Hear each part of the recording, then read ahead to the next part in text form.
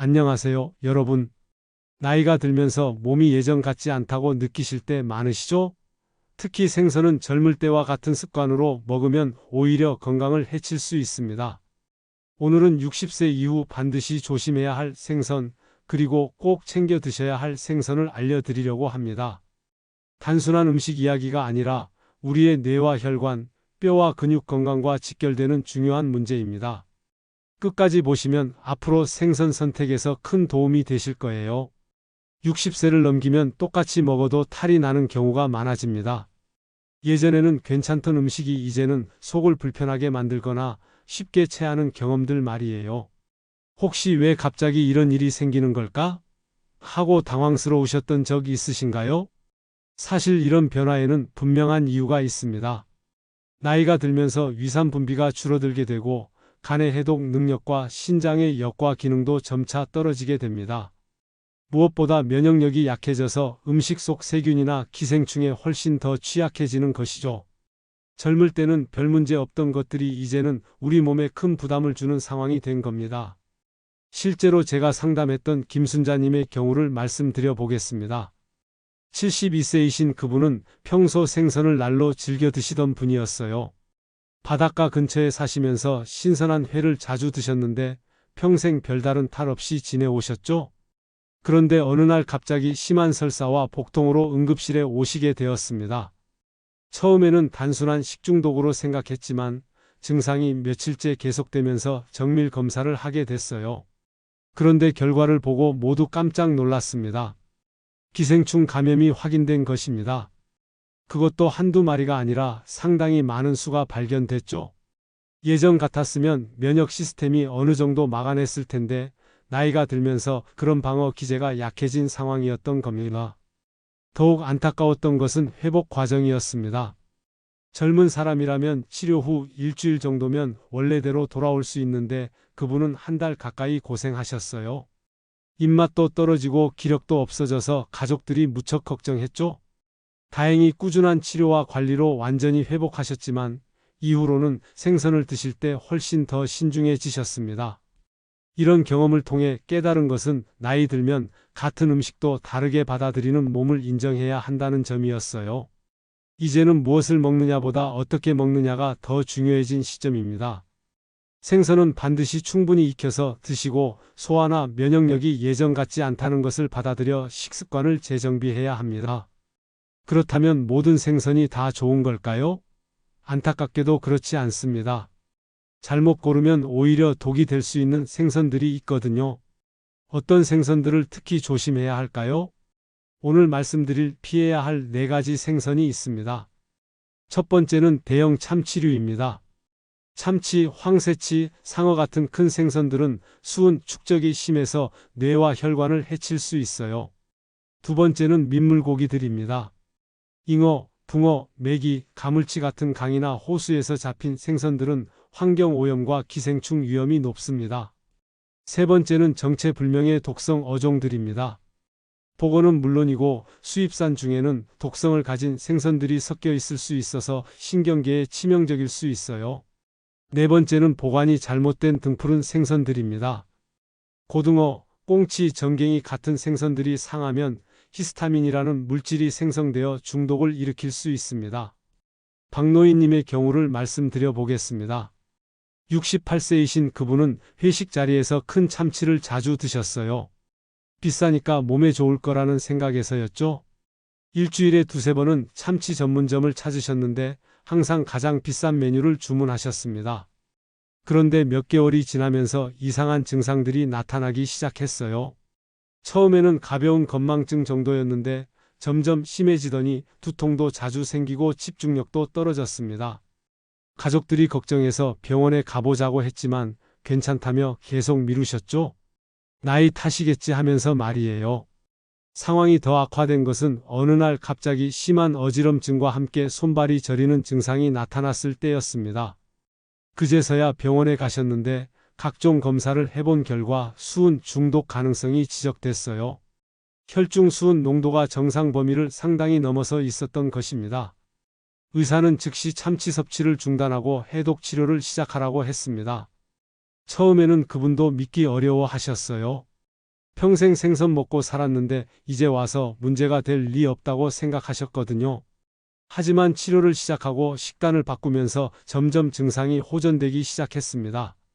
3개월 정도 지나자 기억력이 돌아오기 시작했고 6개월이 지나자 두통도 거의 사라졌어요. 지금은 작은 생선 위주로 식단을 바꾸신 지 1년이 넘었는데 전에 비해 훨씬 맑은 정신 상태를 유지하고 계십니다. 이 경험을 통해 좋다고 알려진 음식도 과하면 독이 될 수 있다는 걸 깨달으셨죠? 그래서 큰 생선보다는 작은 바다 생선을 고르시는 것이 좋습니다. 민물고기는 반드시 익혀서 드시고 신선도 떨어진 생선은 아무리 싸도 피하셔야 해요. 대형 어종은 피하고 고등어나 삼치 같은 중간 크기 생선을 선택하세요. 민물고기를 먹을 때는 반드시 완전히 익히고 횟감은 피하는 것이 안전합니다. 그렇다면 어떤 생선을 먹어야 할까요? 나이든 우리 몸에 든든한 약이 되어주는 생선들이 분명히 있습니다. 어떤 것들이 우리 건강을 지켜주는 진짜 동반자가 될 수 있을까요? 연어는 뇌와 눈 건강에 필요한 DHA와 항산화 성분이 풍부하게 들어있어요. 정어리는 칼슘과 비타민 D가 많아서 뼈 건강을 지켜주죠. 멸치는 단백질과 타우린이 풍부해서 근육과 혈압 관리에 도움을 주고 고등어는 오메가3와 비타민 B12로 혈관을 튼튼하게 만들어줍니다. 이명자님의 경우를 말씀드려 보겠습니다. 75세이신 그분은 무릎 통증으로 병원을 찾으셨어요. 관절염이 심해서 계단 오르내리기가 힘들 정도였습니다. 골밀도 검사에서도 좋지 않은 결과가 나왔죠. 정형외과 의사가 약물 치료와 함께 정어리와 멸치를 자주 드시라고 권하셨어요. 처음에는 그분도 반신반의하셨습니다. 생선 먹는 것만으로 뼈가 튼튼해질까? 하는 생각이었거든요. 하지만 딸이 적극적으로 도와주면서 식단을 바꿔보기로 했습니다. 일주일에 3번은 정어리나 멸치를 이용한 요리를 드시기 시작했어요. 가장 좋아하신 메뉴는 정어리 조림과 멸치 볶음이었습니다. 정어리는 압력솥에 푹 끓여서 뼈까지 부드럽게 만들어 드셨고 멸치는 견과류와 함께 볶아서 간식으로 드셨죠. 처음 1달 정도는 별다른 변화를 느끼지 못하셨지만 2달째부터 조금씩 달라지기 시작했습니다. 무엇보다 관절 통증이 줄어들었어요. 전에는 아침에 일어날 때마다 무릎이 뻣뻣하고 아팠는데 그런 증상이 점점 가벼워졌습니다. 3개월이 지나자 계단 오르내리기도 훨씬 수월해졌고 가족들이 보기에도 걸음걸이가 한결 가벼워 보였어요. 6개월 후 다시 골밀도 검사를 했는데 결과가 놀라웠습니다. 수치가 눈에 띄게 좋아진 것이에요. 의사도 깜짝 놀라면서 뭔가 특별한 치료를 받으셨나요? 라고 물어볼 정도였죠. 그분은 자랑스럽게 생선을 열심히 먹었어요 라고 대답하셨습니다. 지금도 80세가 되신 그분은 여전히 정어리와 멸치를 꾸준히 드시고 계세요. 이처럼 큰 생선 대신 작지만 영양이 가득한 생선을 선택하시면 됩니다. 작은 생선일수록 중금속 축적 위험이 적고 뼈째 먹을 수 있어서 더 안전해요.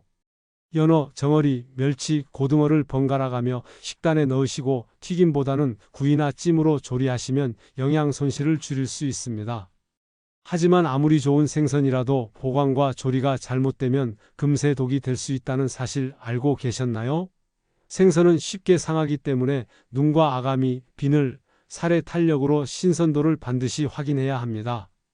0도에서 2도 사이의 저온에서 보관하고 소분해서 냉동하는 것이 중요하며 한번 녹인 것을 다시 냉동하는 것은 절대 피해야 해요. 조리할 때는 충분히 익히고 소금과 설탕 사용도 줄여야 합니다. 최영호님의 경우를 말씀드려 보겠습니다. 70세이신 그분은 세일하는 생선을 사다가 냉장 보관하시다가 탈이 난 적이 있으셨어요. 마트에서 할인한다고 해서 큰 생선을 사오셨는데 눈이 조금 흐려 보이긴 했지만 익혀 먹으면 괜찮겠지 하고 생각하셨던 거예요. 그런데 그날 저녁 생선을 드신 후 밤새 복통과 설사로 고생하셨습니다. 이미 상하기 시작한 생선은 아무리 익혀도 위험할 수 있거든요. 세균이 만들어낸 독소는 가열해도 없어지지 않으니까요. 그 일 이후로 부인께서 생선 고르는 법을 제대로 배우셨어요. 눈과 아가미 색깔을 꼼꼼히 확인하시고 조금이라도 의심스러우면 절대 사지 않으신다고 하더라고요. 또한 산 즉시 소분해서 냉동 보관하는 습관도 들이셨습니다. 가장 중요한 변화는 조리 방법이었어요. 전에는 대충 익혀서 드셨는데 이제는 내부까지 완전히 익었는지 꼼꼼히 확인하시고 드십니다. 이런 변화를 실천한 지 2년이 넘었는데 그 이후로는 한 번도 생선으로 인한 탈이 없으셨어요. 오히려 더 맛있고 건강하게 생선을 즐기고 계시죠? 처음에는 번거로웠지만 이제는 자연스럽게 몸에 밴 습관이 되었다고 합니다. 그래서 마트에서 생선을 고를 때는 눈과 아가미 색깔, 비늘 상태를 꼭 확인하시고 조리한 후에는 도마와 칼을 반드시 따로 분리해서 사용하세요. 작은 관심과 주의만으로도 생선을 훨씬 안전하게 드실 수 있습니다. 마지막으로 중요한 건 섭취량입니다. 아무리 좋은 생선도 많이 먹으면 해가 될 수 있거든요. 또한 개인의 건강 상태에 따라서도 주의가 필요한 경우들이 있어요. 과연 어느 정도가 적당할까요? 적절한 섭취량은 주 3회에서 4회 한 번에 손바닥 크기인 100g에서 150g 정도입니다. 하지만 항응고제를 복용하시는 분들, 갑상선이나 신장질환이 있으신 분들, 당뇨병 환자분들은 과량 섭취할 때 위험할 수 있어요. 오은자님의 경우를 말씀드려 보겠습니다. 67세이신 그분은 당뇨병을 앓고 계신 분이었어요. 혈당 관리를 위해 고등어 조림을 자주 드셨는데 맛을 내기 위해 설탕을 많이 사용하셨거든요. 생선은 몸에 좋으니까 많이 먹어도 괜찮다고 생각하셨죠? 그런데 몇 달 후 정기검진에서 혈당 수치가 오히려 나빠진 결과가 나왔어요. 그분은 무척 당황하셨죠? 생선을 열심히 먹었는데 왜 혈당이 올라갔을까 하면서요. 의사와 상담을 해보니 문제는 조림에 들어가는 당분과 나트륨이었습니다. 설탕이 직접적으로 혈당을 올렸을 뿐만 아니라 과도한 나트륨 섭취로 인해 부종도 생기고 혈압까지 올라간 상태였어요. 이후 고등어 조림 대신 구이로 바꾸고 설탕 대신 스테비아 같은 천연 감미료를 사용하면서 채소를 많이 곁들여 드셨습니다. 3개월 후 다시 검사를 해보니 혈당 수치가 크게 개선되어 있었어요. 무엇보다 그분 스스로 몸이 훨씬 가벼워진 느낌이라고 하셨습니다. 지금도 생선을 꾸준히 드시지만 양과 조리 방법을 철저히 지키고 계세요. 이처럼 양을 지키고 본인의 건강 상태에 맞춰 조절하는 것이 핵심입니다. 균형 잡힌 식단 조합도 함께 고려해야 해요. 냉장고에 주 3회 손바닥 크기 어종번갈아라는 원칙을 메모해 두시고 복용 중인 약이 있다면 생선 섭취 전에 의사와 꼭 상의하세요. 여러분, 60세 이후 생선은 잘만 고르면 최고의 보약이 될 수 있습니다. 하지만 무심코 먹으면 독이 되기도 하죠. 오늘 알려드린 피해야 할 생선과 꼭 챙겨야 할 생선을 기억하시고 신선도와 조리법, 적절한 섭취량까지 지켜주시면 건강한 노년을 보내실 수 있습니다. 작은 습관 하나가 여러분의 뇌와 혈관, 뼈와 근육을 지켜줄 것입니다. 오늘도 건강하고 활기찬 하루 보내시길 바랍니다.